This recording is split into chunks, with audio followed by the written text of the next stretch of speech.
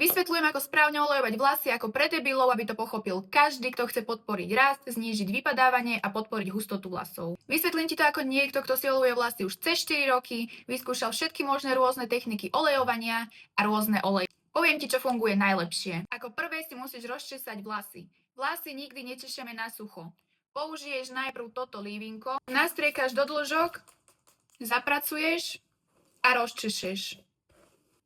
Vyber si vhodné oleje. Nepoužívaj žiadne náhodné oleje, ktoré nájdeš v šuflíku u babky. Potrebuješ jeden účinný olej do pokožky, ktorý podporuje rast, znižuje vypadávanie, podporuje hustotu, ako je tento. Je to Magic Grow Elixir, nájdeš ho na mojej stránke, odkaz nájdeš v bio. Platí na ňo zľavový kód Habibi do dnešnej polnoci. Spolu na Instagrame aj na stránke má cez 300 pozitívnych recenzií. Druhý olej potrebuješ do dĺžok. Aplikuješ si 3 kvapky olejčeka do pokožky do každej cestičky. Zapracuješ. O 1-2 cm ďalej si urobíš druhú cestičku, 3 kvapky a toto urobíš po celej hlave a áno aj vzadu. Keď máš naolejovanú celú pokožku, teraz nasleduje masáž pokožky. Môžeš na to použiť buď brúška prstov alebo masážnu hlavicu. Ja teraz použijem prsty. Položíš si prsty na pokožku a masíruješ pokožku.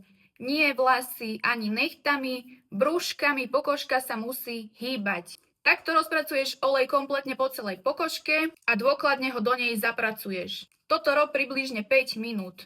Aj vzadu. Teraz nasleduje olej do dĺžok. Použijem Sweetlands, aj na ten vám platí zľavový kód, na všetko na stránke. Rozdelím si vlasy na dve časti. Jednu pipetu oleja rozmasírujem v ruke, dám do jednej polovice, aj do končekov, aj od hora. Druhá pipeta zapracujem, dám do vlasov. Teraz si spravím voľný účes, voľný, nie tesný, utiahnutý. Ja si to robím takto, prekrížim, hore, dole, zaštipcujem a dám si potravinovú fóliu. Tento krok nebudeš vynechávať. Olej musí byť v teple. Nemôžeš si dať najprv čiapku, pretože olej sa bude vstrebávať do čiapky. Najprv si vlasy zabalíš do potravinovej fólie. Otrhneš. Ďalej si zoberieš hociakú čiapku, šatku, úterák. Je mi to jedno. Teraz si ju dáš na to. Teraz si olej necháš pôsobiť 4-5 hodín. Nie viac. Potom pôjdeš do sprchy a vlasy si dvakrát umyješ šampónom. Dôkladne. Následne do dĺžok použiješ kondicionér alebo masku.